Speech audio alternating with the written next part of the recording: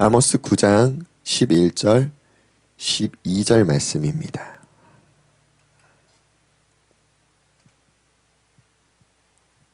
제가 읽도록 하겠습니다. 그날에 내가 다윗의 무너진 장막을 일으키고 그것들의 틈을 막으며 그 허물어진 것을 일으켜서 옛적과 같이 세우고 그들이 에돔의 남은 자와 내 이름으로 일컫는 만국을 기업으로 얻게 하리라. 이 일을 행하시는 여호와의 말씀이니라. 아멘. 오늘 네 번째 환상을 좀 보도록 하겠습니다. 아모스 8장 1절, 2절 말씀 한번 볼까요? 아모스 8장 1절, 2절, 3절까지 볼게요. 제가 읽겠습니다. 주 여호와께서 내게 이와 같이 보이셨느니라. 보라, 여름과일 한 광줄이니라. 그가 말씀하시되 아모스야, 네가 무엇을 보느냐? 지금 세 번째 환상부터 물어보시죠. 내가 이르되 여름과일 한 광줄이다 하매 여호와께서 내게 이르시되 내 백성 이스라엘의 끝이 이르렀은즉 내가 다시는 그를 용서하지 아니하리니. 예, 여기서 1절에 표현하고 있는 여름 과일 한 광줄이라는 이 단어가 히브리 원어로는요, 카이츠라는 단어거든요. 하나님이 이스라엘의 끝이다 라고 표현하는 이 언어도 히브리 원어로는요, 뭐라고 불리우냐면 캐츠라고 불려요. 그러니까 카이츠라고 부르시고 캐츠라고 부르는 이 말의 어원의 시작은 같아요. 그러니까 같은 말을 하나님이 한다라는 건 쉽게 표현했을 때요, 우리 한국 언어 중에서도 눈 하면 뭐가 떠오르십니까? 예, 우리의 눈이 떠오를 수도 있고요. 겨울에 하늘에서 내리는 눈을 생각할 수도 있어요. 똑같은 단어예요. 하지만 의미가 달라요. 동일합니다. 하나님이 지금 이 아모스에게 보여준 환상을 통해 아모스는 여름 과일 한 광주리를 본다라고 히브리 원어로 표현하고 있는데, 하나님은 똑같은 단어, 똑같은 어원에서 출발한 그 말을 다른 의미로 하나님이 그래, 맞아, 이거야 하면서 지금 표현하는 장면이라고요. 그러니까 곧 여름 과일 한 광주리가 뭘 의미한다고요? 이스라엘의 끝이요. 세 번째 환상이 뭐였습니까? 다림줄로 인해서 이 이스라엘이 이제 더 이상 하나님이 용서할 수 없는 상태까지 놓인 것들을 아모스를 통해서 하나님이 보여주셨어요. 그 다음 네 번째 환상 가운데 기억하셨으면 좋겠어요. 우리가 지금 읽고 있기 때문에 첫 번째 환상, 두 번째 환상, 세 번째 환상 계속 연속적으로 보여지지만 이 환상들은 시간 차이가 분명히 있다라는 걸, 근데 그 시간은 누구도 몰라요. 하지만 분명히 시간 차이가 있고 이 시간 안에 하나님이 시간과 시간을 두신 까닭은 그 안에서라도 이스라엘 백성들이 스스로 깨달았으면 좋겠는 것 같아요. 스스로 회개했으면 좋겠는 하나님의 오래 참는 사랑의 기다림이신 것 같아요. 하지만 네 번째 환상에서는 하나님이 뭐라고 표현합니까? 이제 끝이야. 이제 그들을 용서할 수 없어. 왜 용서할 수 없는지 3절부터 볼게요. 그날의 궁전의 노래가 애곡으로 변할 것이며 곳곳에 시체가 많아서 사람이 잠잠히 그 시체들을 내어버리리라. 주 여호와의 말씀이니라. 이렇게 하나님이 환상을 통해서 이제 이스라엘 끝이야 라고 말씀하신 까닭은요, 4절부터 보시면 돼요. 그들의 행동이 어떤 행동을 하고 그들이 어떤 삶을 살았는지, 가난한 자를 삼키며 땅에 힘없는 자를 망하게 하려는 자들아, 이 말을 들으라. 그러니까 하나님이 지금 이스라엘을 뭐라고 칭하고 있습니까? 가난한 자를 삼키는 자래요. 그리고 땅에, 이 땅 가운데 힘없는 자를 망하게 하려는 자들이래요. 5절도 볼게요. 너희가 이르기를 월삭이 언제 지나서 우리가 곡식을 팔며 안식일이 언제 지나서 우리가 밀을 내게 할꼬, 에바를 작게 하고 세계를 크게 하여 거짓 저울로 속이며. 예, 여기서 표현하는 월삭이란 단어는요, 매월 초하루에 지키는 절기예요. 이 절기에요, 나팔을 불면서 화목제물을 드리는 우리가 레위기를 통해서 5가지 제사를 들여다보지 않았습니까? 예, 이 5가지 제사 중에 화목제가 뭘 의미한다고요? 하나님과 나와의 관계를 회복하기 위해서.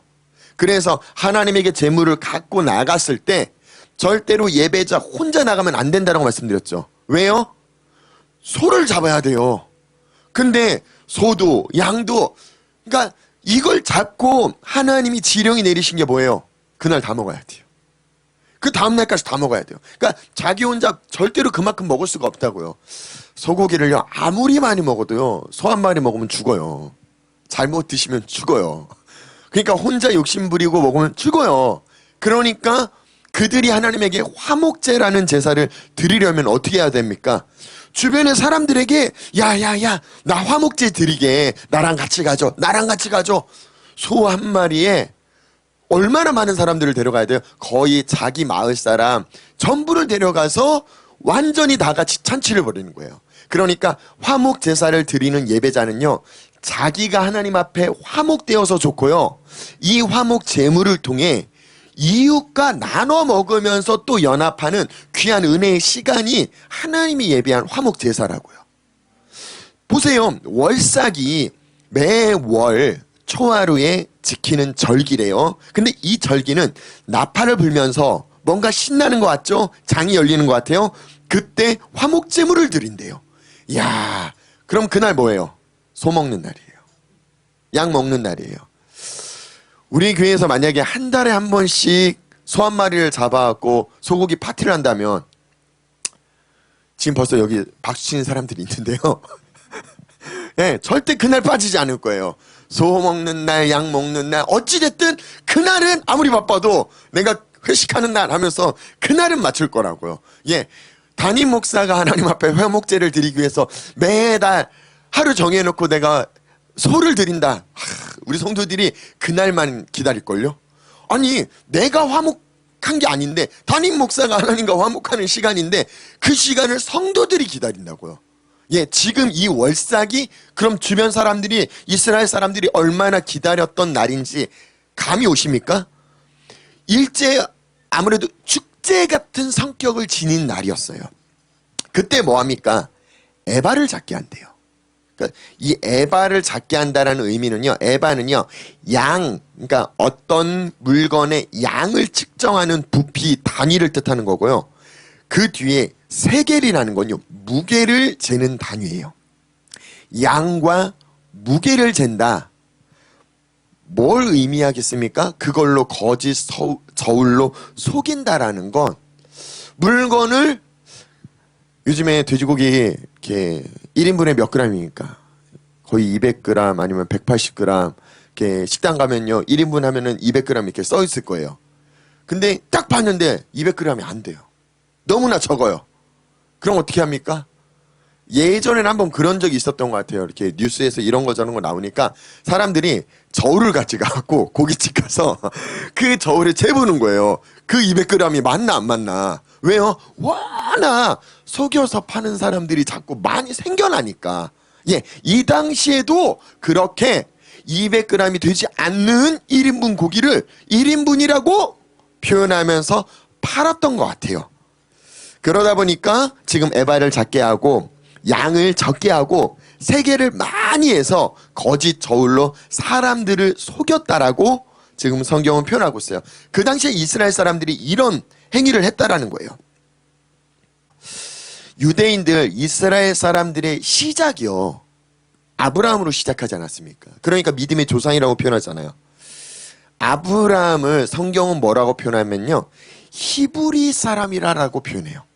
그러니까 이 히브리 사람이라는 뜻은요, 이 말의 어원은 하비루 또는 아비루라는 사회적인 약자라는 의미를 지니고 있거든요. 아브라함, 롯, 이들을 성경에선 히브리 사람이라고 표현했다고요. 사회적 약자라고 표현했어요. 근데 그 사회적 약자 민족이 점점 부강하고 잘 살다 보니까 그들이 사람 위에 서서 사람을 부리고 사람을 속이는 그런 삶을 살기 시작했다라는 거예요. 하나님이 이게 너무 싫었던 것 같아요. 내가 무시를 받았으면 그 무시 받은 사람의 마음을 이해하잖아요. 근데 그 마음을 이해하고 알면서도 또 나보다 부족한 사람을 다시 무시함으로 거기서 내가 위안을 받아요. 거기서 내가 힘이 있는 것처럼 보여지고 싶어 해요. 시작은 히브리 사람이었다니까요.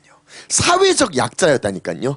하나님은 그 사회적 약자에게 은혜를 베푸심으로 말미암아 그들이 부강하게 됐고 그들이 잘 사는 나라로 하나님이 자라나게 했는데, 잘 살다 보니까 그들 밑에 또 사람을, 그들 밑에 또 사람을, 그들 밑에 또 사람을 둠으로 말미암아 계속 뭐합니까? 하나님이 원하지 않는 문화가 그 안에서 만들어지는 것 같아요. 6절도 볼게요. 은으로 힘없는 자를 산대요. 신 한 켤레로 가난한 자를 산대요. 이게 뭘 의미합니까?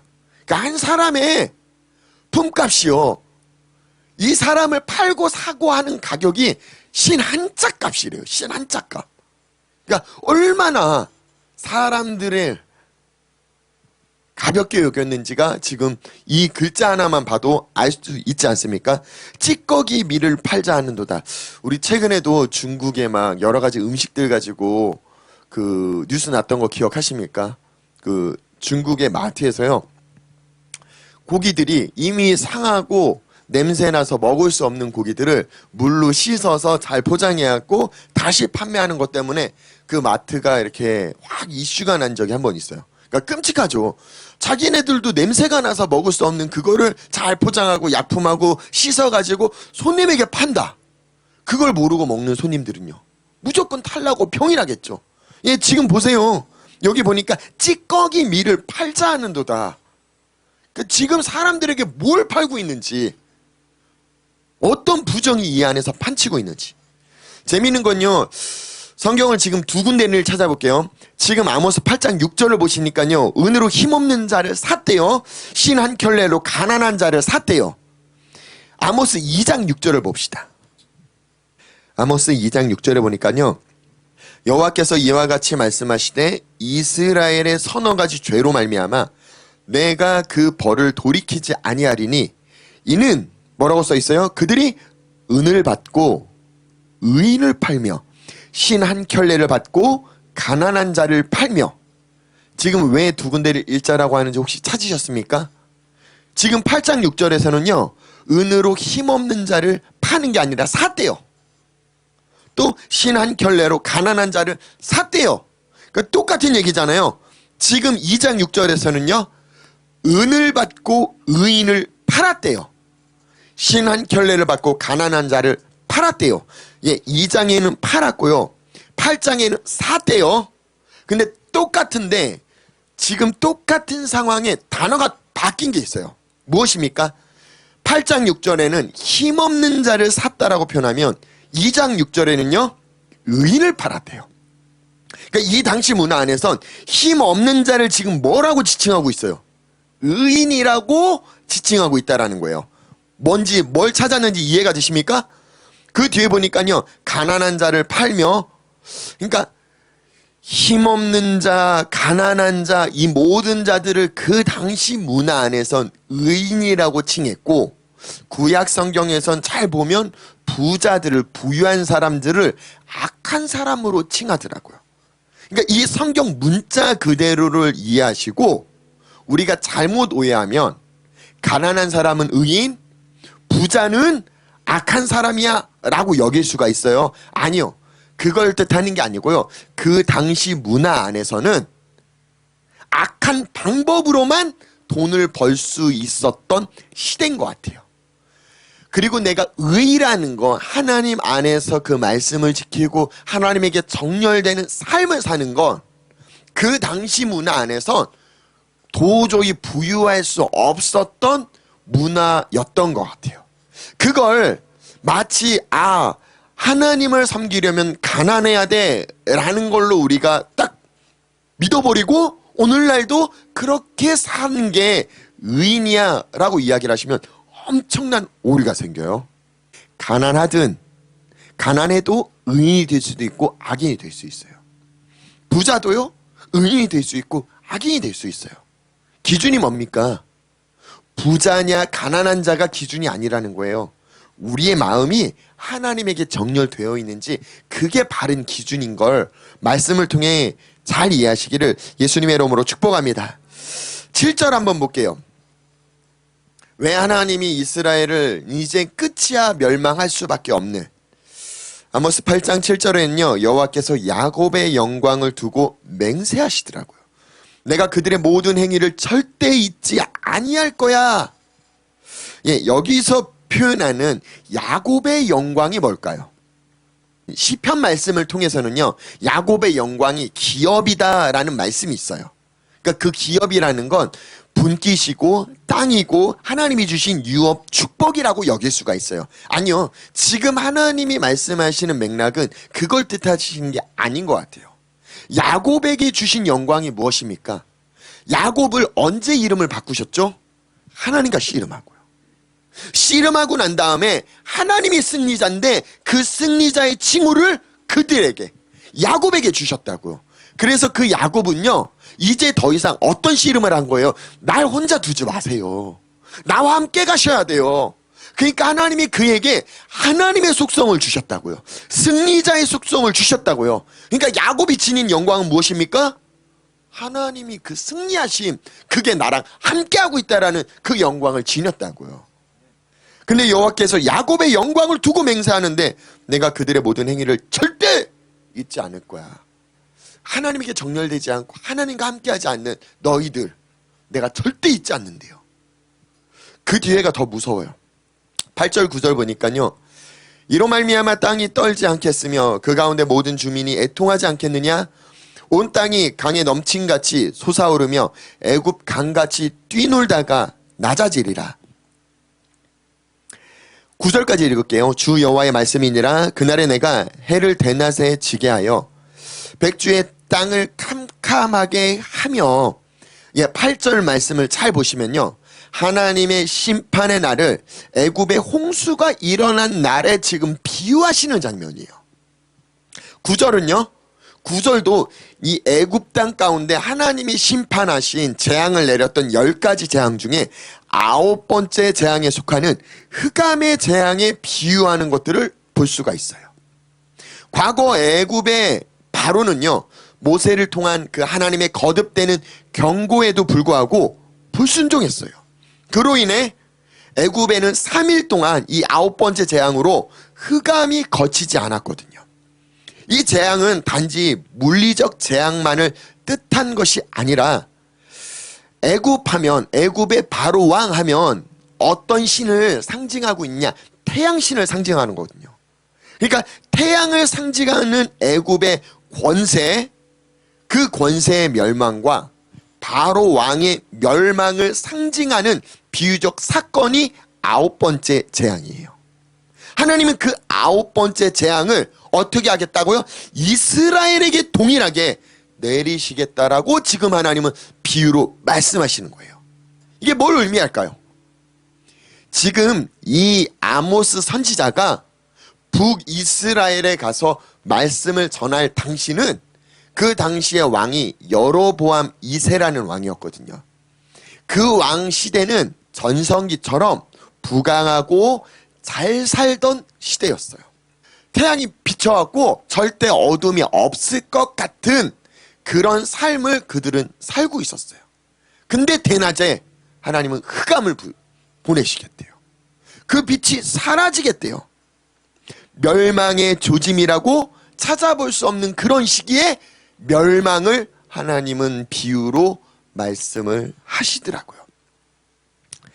잘 보시면요 이거는 역사 안에서 좀 들여다보셔야 되는데, 실제로 여로보암 그 왕에 이어서 그의 아들 스가랴라는 왕이 왕위에 오른 지 6개월 만에요 샬롬이라는 그 반역자가 일어나서 그가 죽임을 당하고, 그 살룸은 또 무나엠이라는 사람으로 인해 죽임을 당하고, 그 무나엠이 나라를 다스리던 그 시기에 나라의 그 막 전성기의 운이 다해져서, 어제도 설명드렸죠.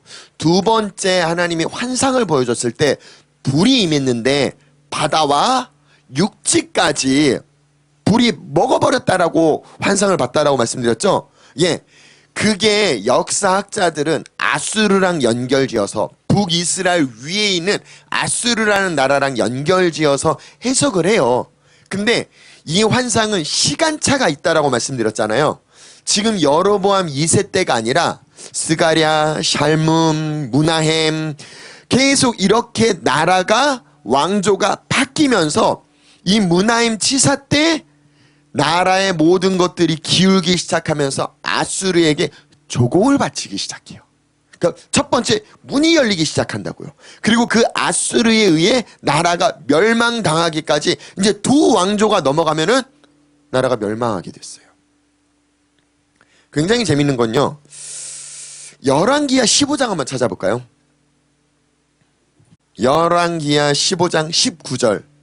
제가 어제도 오늘도 지금 설명드리는 그 불, 역사학자들이 불을 아수르라고 칭하는 까닭이 열왕기하 15장 19절을 한번 읽어봐 주세요.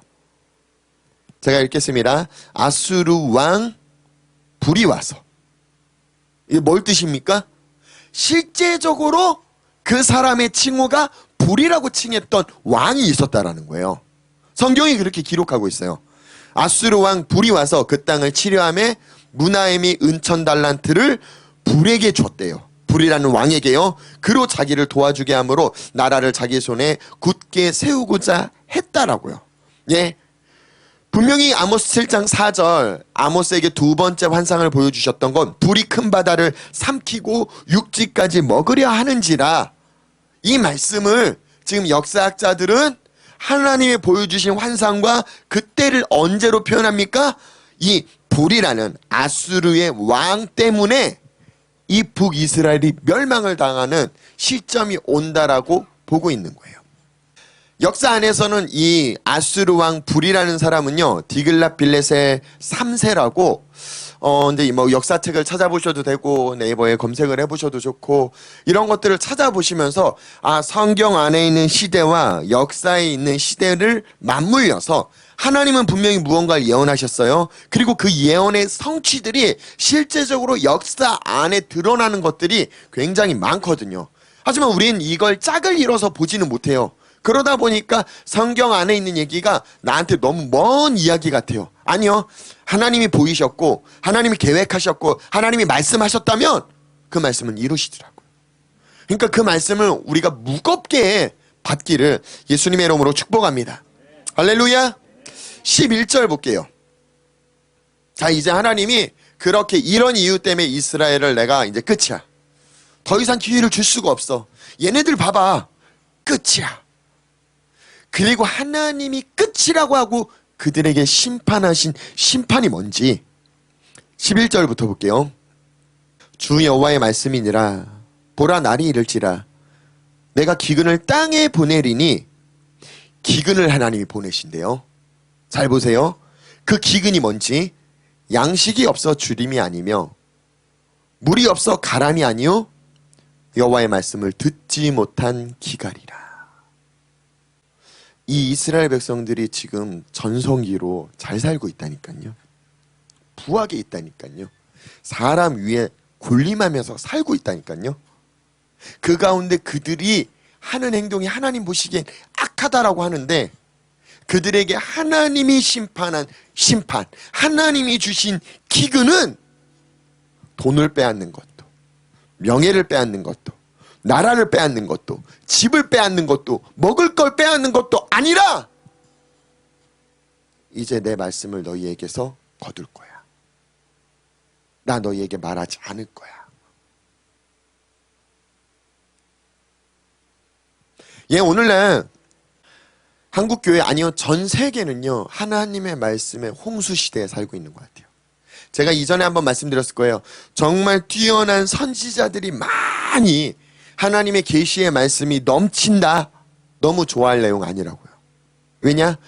그 말씀들이 넘친다라는 건 지금 우리가 살고 있는 시대가 가장 악하다라는 증거라고. 하나님의 경고에 생명의 진리의 메시지가 계속 선포되고 있는 거예요. 기억하십시오. 어느 순간 하나님이 일제히 그 말씀을 거두실 수가 있어요. 하나님의 기준의 기근은 말씀을 거두신대요. 그 말씀을 사모하는, 또 하나님을 만나는 걸 사모하는 그 갈망하고 목마른 시간이 짧게든 길게든 경험해 보신 적 있지 않습니까? 그때 어떤 마음이 드셨습니까? 갈급한 마음으로 마치 내가 목마른 사람이 물을 찾듯 하나님의 그 생명을, 진리를, 그 빛을 내가 붙잡고 그걸로 인해 살고 싶어서 찾고 돌아다니면서 찾게 돼요. 찾고 난 다음엔 우리의 모습은 어떻습니까?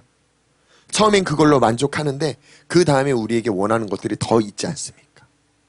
말씀 말고도 돈도 있었으면 좋겠고, 말씀 말고 돈도 말고 옷도 있었으면 좋겠고, 차도 있었으면 좋겠고, 사람도 있었으면 좋겠고, 회사도 있었으면 좋겠고, 명예도 있었으면 좋겠고, 뭔가는 이제 내가 풍요로우니까 내 자녀까지, 자녀의 자녀까지, 그 자녀의 또 자녀까지 내가 열심히 벌고 내가 열심히 모아서 내 후손들, 내 자녀들은 나보다 더 삐까뻔쩍하게 살게 해야지. 그런 마음들이 우리 안에 계속 욕심이 멈추지 않고 자라나는 걸 경험하지 않습니까? 왜요? 말씀 하나로 만족하지 못하는 거예요. 이 이스라엘 백성들도 하나님 한 분으로 만족하던 그 시간이 분명히 있었어요. 하지만 변하기 시작해요. 더 무언가를 추구하기 시작해요. 근데 그 추구하는 게 결국은 하나님이 원하지 않는 악으로 달려가는 그들의 모습, 내면을 성경은 적나라하게 표현하고 있더라고요. 12절부터도 볼까요? 사람이 이 바다에서 저 바다까지, 북쪽에서 동쪽까지 비틀거리며 여호와의 말씀을 구하려고 돌아다녀도 얻지 못할 거야. 그날의 아름다운 처녀와 젊은 남자가 다 갈아요. 목말라서 쓰러진대요. 사마리아에 죄된 우상을 두고 맹세하여 이르기를, 다나 내 신들이 살아있음을 두고 맹세하노라 하거나, 브엘세바가 위하는 것이 살아있음을 두고 맹세하노라 하는 사람은 엎드러지고 다시 일어나지 못하리라. 이게 무슨 뜻이냐면요, 어제도 말씀드렸죠. 베델과 단은요, 북이스라엘의 유일하게 하나님을 제사할 수 있는 제단이라고요. 근데 그 제단에서 내 신들이 하나님이 살아있음을 두고 거짓 예언을 하고 맹세하는 사람들, 이제 그 자리에서 즉사시킨대요. 하나님 뜻과 다른 어떤 메시지를 거짓으로 선포하는, 그 거짓 예언하는 사람들을 그 자리에서 하나님이 치시는 일들이 펼쳐진대요. 이게 네 번째 환상이에요. 여름 과일 한 광주리를 봅니다. 그래, 이스라엘의 끝이야. 내가 용서하지 않을 거야. 하나님이 결정한 네 번째 환상이에요. 다섯 번째 환상도 볼까요? 9장 1절 2절을 한번 보겠습니다. 내가 보니 주께서 제단 곁에서 서 이르시되 기둥머리를 쳐서 문지방이 움직이게 하며, 그러니까 기둥머리라고 하면요, 우리가 생각했을 때는 우리 몸의 머리는 위에 있잖아요. 그러니까 기둥의 윗부분을 친다는 얘기가 아니에요. 절대. 기둥의 머리는 아래에 있는 거예요. 그 뿌리를 친다라는 거예요. 침으로 말미암아 어떻게 돼요? 건물이 무너지겠죠. 예, 기둥머리를 쳐서 문지방이 움직이게 하며 그것으로 부셔져서 무리의 머리에 떨어지게 하시겠대요. 내가 그 남은 자를 칼로 죽이겠대요. 기억하십시오. 우리가 다니엘 말씀을 묵상하면서 다니엘을 통해 뭘 우리가 깨닫게 됐냐면, 이스라엘 백성들이 바벨론이라는 나라와 싸웠어요. 그리고 그 바벨론에 의해서 이스라엘이 무너졌어요. 무너졌을 뿐만 아니라 성전까지 무너졌어요. 누구로 인해서요? 느부갓네살 왕 때문에요. 그러니까 우리가 익히 들어서 알고 있는 건 바벨론이 이스라엘을 무너뜨렸고 느부갓네살 왕이 성전을 무너뜨렸다라고 생각을 해요. 아니요. 하나님은 뭐라고 표현합니까? 9장 1절에요. 주께서 제단 곁에 누가 있어요? 하나님이 있대요. 그리고 기둥 머리를 누가 차요? 하나님이 치셨대요. 성전 누가 무너뜨렸어요? 하나님이요. 하나님 이름으로 일컫는 성전을 누가 무너뜨렸냐고요? 하나님이요. 이 성전이 무너질 때 그 성전 안에 있는 사람들, 무리의 머리에 이제 이 건물이 떨어져요. 그러니까 성전이 무너질 때 죽는 사람들은 누구예요? 맞아요. 그 성전에서 예배 드리고 있는 사람이야. 그럼 하나님 왜 예배 드리는 사람을 죽이냐고요? 여기서 답을 찾으셔야 돼요. 그 성전 안에서 진짜 하나님을 찾는 사람이면 의인 한 사람만 있어도 하나님은 한 나라를 멸망하지 않는데요. 그러면 그들이 성전에서 드리는 예배는 어떤 예배라고요? 종교예요. 하나님이 더 이상 그 종교 생활을 허용치 않겠다라는 거예요.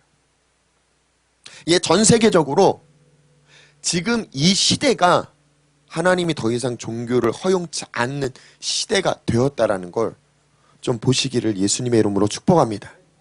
우리가 이전처럼 그냥 주일이니까, 수요일이니까, 금요일이니까 예배를 드려야 하기 때문에 찬양 시간이니까 하나님 그걸 제일 싫어해요. 이 프로그램 셋업된 거기에 내가 맞춰져서 그냥 내 영혼 없이, 내 뜻, 내 마음, 내 중심이 없이 그냥 드리는 그 종교 너무 싫어한다고요. 하나님이 제단 곁에서 그걸 무너뜨리셔요. 다섯 번째 환상이 그 성전을 파괴한 이가 하나님이시고 그 성전에서 예배드리는 종교 생활하는 이들을 죽이시는 이가 하나님이시라고요. 우리가 이제는 종교 생활에서 진짜 신앙으로 자라나기를 예수님의 이름으로 축복합니다. 목사님 저는 신앙생활하고 있어요. 저는 제 마음을 드리고 있다니까요. 아시잖아요. 우리가 마음을 드린다면요, 그 마음의 열매는 나타나요. 근데 내가 마음을 적당히 드리고 계속 줄다리기를 하면요, 열매가 나타나지 않더라고요. 내 삶이 바뀌진 않더라고요. 내 생각과 내 중심이, 가치관이 뿌리채 바뀌진 않더라고요. 부모님들 세대에 하나님을 예배하고 하나님을 경외하는 거 너무 중요한 거 아시잖아요.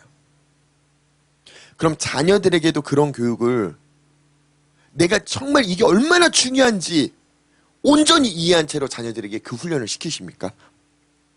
이스라엘 백성들은요, 5세에서 12세만 되면 그 자녀들에게 하나님을 경외하는 훈련을 시켜요. 그들의 마음으로 하나님을 볼 수 있게끔 훈련을 시키고 이끈다고요. 우린요, 5세부터 12세는요, 그땐 한창 놀 때지. 그때 애들이 뭘 알겠어? 아니요, 그때 못 잡아주고 못 세워놨으니까 나이 먹고서는 도저히 하나님에 대해서 얘기해 줄 수가 없는 거예요. 듣고 싶지가 않으니까요. 좀 무겁게 생각하시면 좋을 것 같아요. 우리의 자녀들이 지금 이 이스라엘의 모습이 나타날 수도 있어요. 오늘날 한국교회에 젊은이들이 없대요. 이제 그나마 코로나 때문에 온라인 예배를 함으로 말미암아 중고등부 청년들 이 시대에 이제 아예 합법적으로 대놓고 교회를 안 갈 수 있는 시대가 됐기 때문에 더 자유롭게 자기를 위해 쓰는 시대가 펼쳐졌어요. 누구 탓입니까? 그들에게 어릴 때부터 하나님에 대한 올바른 지식과 지혜를 나눠주지 못한 우리 부모님 세대의 짐인 것 같아요. 기도하셔야 돼요. 지금 내 자녀들이 공부하는 거 중요해요. 학교 가는 것도 중요하고 그걸 통해서 진학하는 것도 너무 중요해요. 근데 그들이 다 진학하고 성공했는데 그들 안에 하나님이 없으면요. 아니 이제 내가 깨달았고 그게 가장 중요하다는 걸 나는 알았는데, 나는 이렇게 30대, 40대, 50대, 60대가 돼서 깨달았는데 내 자녀들은 더 늦게 깨달을 수도 있어요. 더 관심이 없을 수도 있어요. 그리고 종교생활 할 수도 있어요. 부모님에게 끌려서 교회는 와버릇했으니까. 하나님이 다섯 번째 보여주는 환상은요, 그 종교생활하는 자들을 치는 거예요. 더 이상 그 종교생활하는 걸 하나님이 허용치 않겠대요. 1절 마지막 부분 보니까요, 그 중에 한 사람도 도망하지 못한대요. 하나님의 말씀이에요. 그 중에 한 사람도 피하지 못한대요. 그들이 파고 스올에 들어갈지라도, 그러니까 지옥으로, 땅속으로 내가 내려갈지라도 내 손이 거기서 붙잡아 낼 거래요. 하나님이 반드시. 하늘로 올라갈지라도 내가 거기서 붙잡아 내릴 거래요. 누가요? 하나님이요. 하나님에게서 피할 수 있는 사람이 어디 있겠습니까? 3절 보니까요, 갈멜산 꼭대기에 숨을지라도, 이 갈멜산은요 지금 유대인 안에서도요 동굴로 유명한 곳이거든요. 전쟁이나 고난이 오면 이스라엘 백성들이 그 동굴 안에 숨었어요. 그런 갈멜산도 숨을지라도 절대 하나님을 피할 수 없다라고 하나님이 단언해요. 내가 거기에서도 찾아낼 거래요. 내 눈을 피하여 바다 밑에 숨을지라도 내가 거기에서 뱀을 명령하여서도 물게 해버릴 거래요. 그 원수 앞에 사로잡혀 갈지라도 내가 거기에서 칼을 명령하여 죽이게 할 것이라. 내가 그들에게 주목하여 화를 내리고 복을 내리지 아니하리라. 어떤 사람에게요? 종교생활하는 사람에게요. 그러니까 우리가 종교생활하지 않으려는 정말 엄청난 몸부림치는 전쟁이 우리의 삶에 있으셔야 돼요. 만약에 주일날 예배를 드리는데 내가 정말 막 뜨겁게 타오르는, 내 심장이 타오르는 하나님의 은혜로 하나님의 사랑을 맛보는 그 맛을 내가 못 느끼셨다. 오늘 너무 피곤하다, 힘들다 하고 예배 드리고 가셨어요. 죄송합니다. 종교생활하고 가신 거예요. 오늘 내가 하나님을 인격적으로 만난 게 아니에요. 피곤할 수 있죠. 힘들 수 있죠. 인간적으로는 제가 100번 양보해서 우리 성도들을 이해할 수 있어요. 그리고 이해한다라고 말씀드릴 수도 있어요. 하지만 죄송합니다. 목회자로는 그렇게 말을 못할 것 같아요. 하나님이 제게 명령한 건 하나님의 말씀을 하나님의 입장에서 하나님의 입으로 선포해줘야 되니까요. 긴 건 기고 아닌 건 아니다라고 말씀을 드려야 되는 거고, 선택은 성도들이 하는 거예요. 제가 강요하고 명령하는 게 아니라 하나님의 뜻은 이렇다라는 거예요. 하나님의 마음은 이렇다라는 거예요.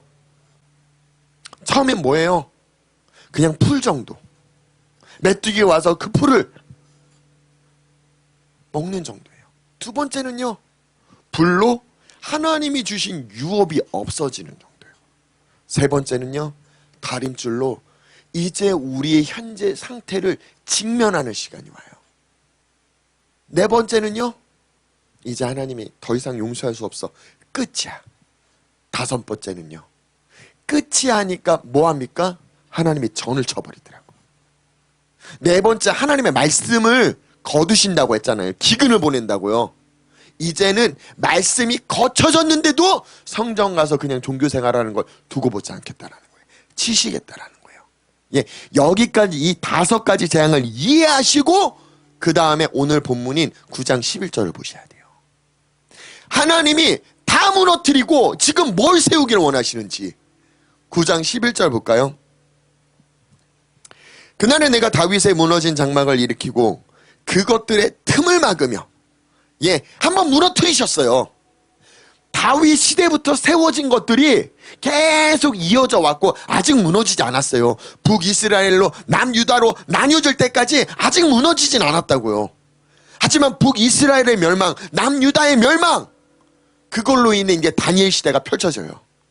완전히 70년간 포로 생활을 하는 그런 비참한 시간을 이스라엘 백성들이 거치게 된다고요. 그 시간을 거치고 하나님이 뭘 원하십니까? 이 무너뜨렸던, 누가 무너뜨렸어요? 하나님이요. 바벨론이요? 아니요. 하나님이 무너뜨리셨어요. 더 이상 볼 수 없대요. 그리고 하나님이 무너뜨린 걸 다시 세우길 원하는데 세우는 게 끝이 아니라 이제는 하나님이 틈을 막아버리겠대요. 에베소서에 뭐라고 표현합니까? 너희는 마귀에게 틈을 주지 말래요. 근데 우리는 너무 많은 틈을 매일의 삶 가운데 주고 있다고요. 세상에, 친구들에게, 돈에, 문화에. 하나님을 바라보지 못하는 모든 영역에 내가 그 틈 하나씩은 다 버려놨어요. 하나님은 그 틈을 메우시겠대요. 그리고 그 허물어진 걸 다시 이제 일으키신대요. 옛적과 같이, 다윗이 세운 것과 같이 다시 세우신대요. 그리고 그들이 에돔의 남은 자와 내 이름으로 일컫는 만국을 기업으로 얻게 하리라. 이 일을 행하시는 이는 누굽니까? 여호와의 말씀이래요. 이 다윗의 장막을요, 제가 어제도 말씀드렸지만 찬양을 통해서도 묵상을 해보고 또 다윗이 행한 어떤 무언가를 쫓아서 이것도 해보고 저것도 해보고 다 찾아봤지만 시원하진 않았던 것 같아요. 아, 이런 모습도 있고 저런 모습도 있다 였지 시원하게 해석이 안 됐다고요. 근데 그 시원하게 해석을 누가 했느냐? 사도행전 15장이 정확하게 그걸 해석해냈더라고요. 도대체 무너진 다윗의 장막은 무엇이며 그 무너진 다윗의 장막을 재현시킴으로 말미암아 하나님이 원하시는 온전한 예배는 무엇인지. 사도행전 15장 13절부터 한번 볼게요. 지금 간단히 제가 설명을 드리긴 하지만 이 15장의 이 다윗의 장막의 이 말씀을 이해하기 위해서는 앞뒤 전후 좌우 상황들을 또 이해하셔야 돼요. 근데 그걸 이해하시려면 갈라디아서를 정확하게 이해하셔야 돼요. 그러니까 이게 물고 물리고 계속 있잖아요. 그러니까 성경이 제가 이렇게 얘기를 하면 너무 광범위하다라고 말씀드렸잖아요.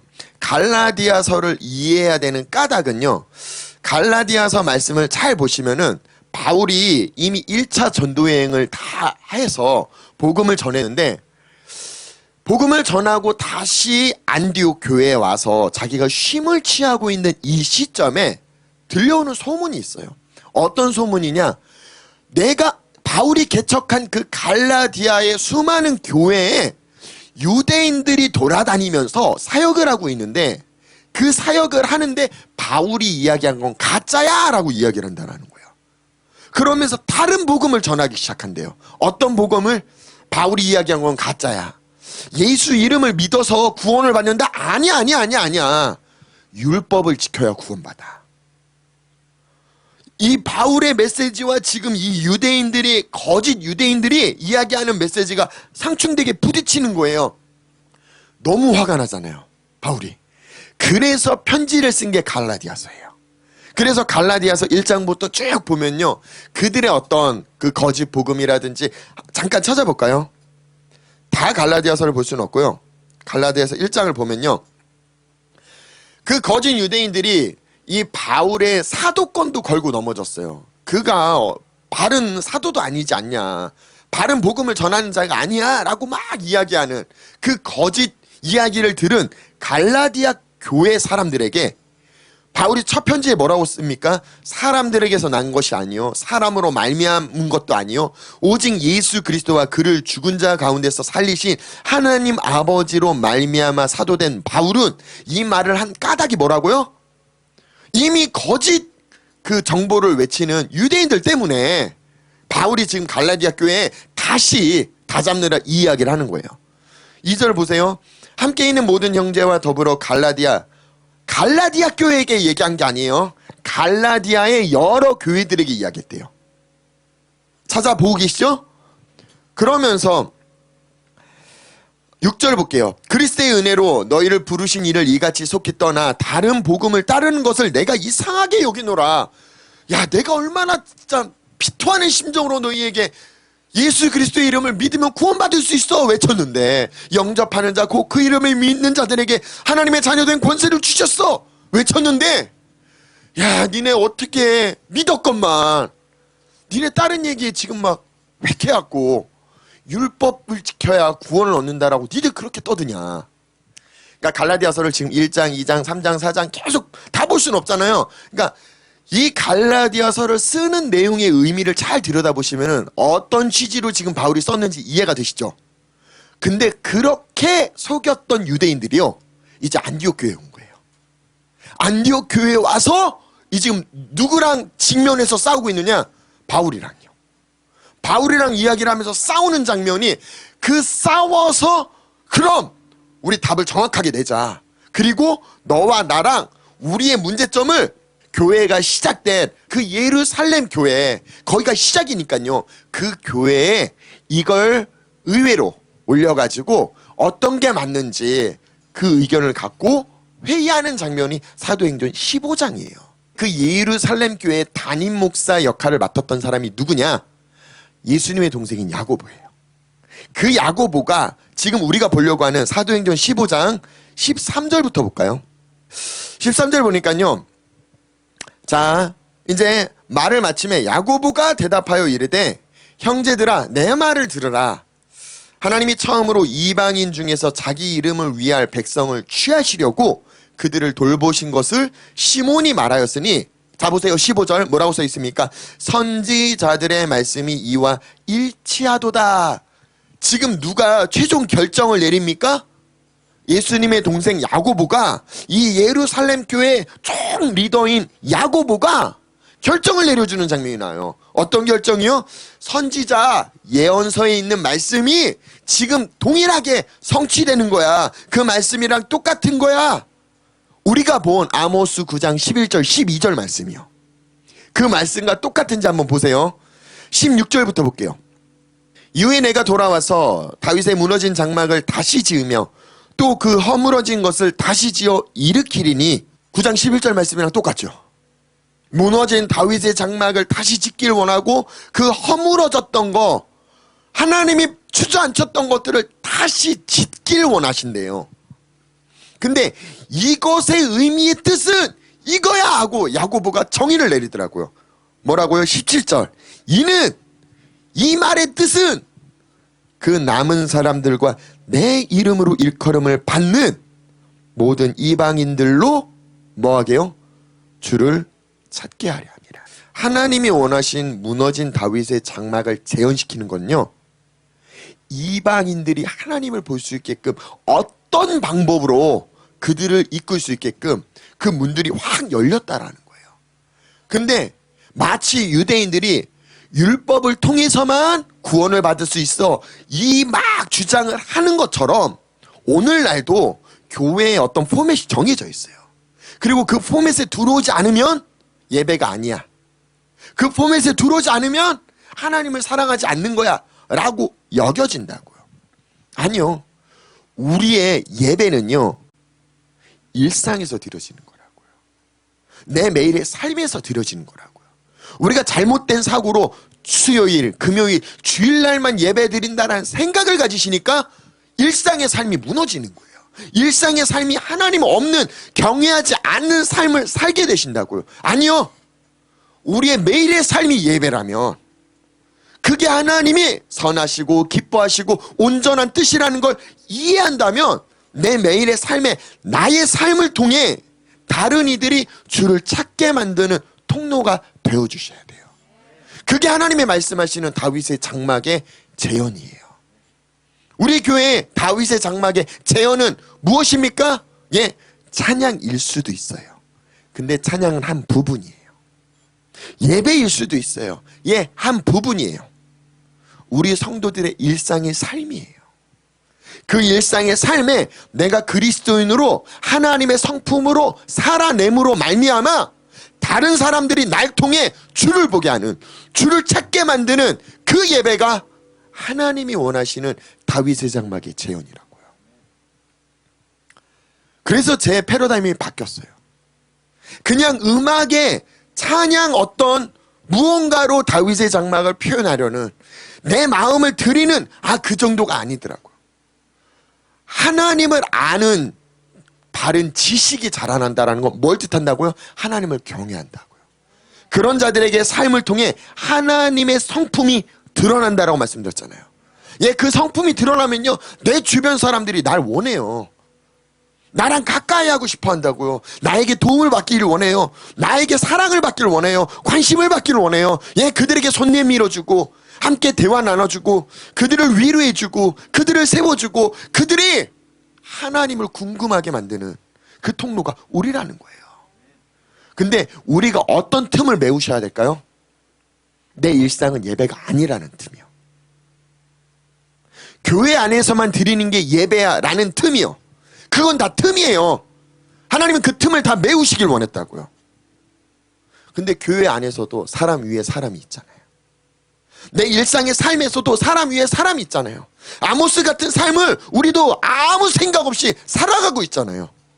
하나님은 그걸 일상의 삶인데도 불구하고 아무렇지도 않게 부유한 사람들의 삶, 그들의 리그야 라고 말할 수 있는 부분이 하나님은 악이라고 표현하더라고요. 저 악을 내가 무너뜨릴 거야. 그게 하나님의 다림줄로 들여다봤을 때 기울었다라고 표현해요. 오늘 우리의 삶을 다시 하나님의 말씀이라는 거울로 비춰보시기를 예수님의 이름으로 축복합니다. 우리 시간 같이 기도합시다.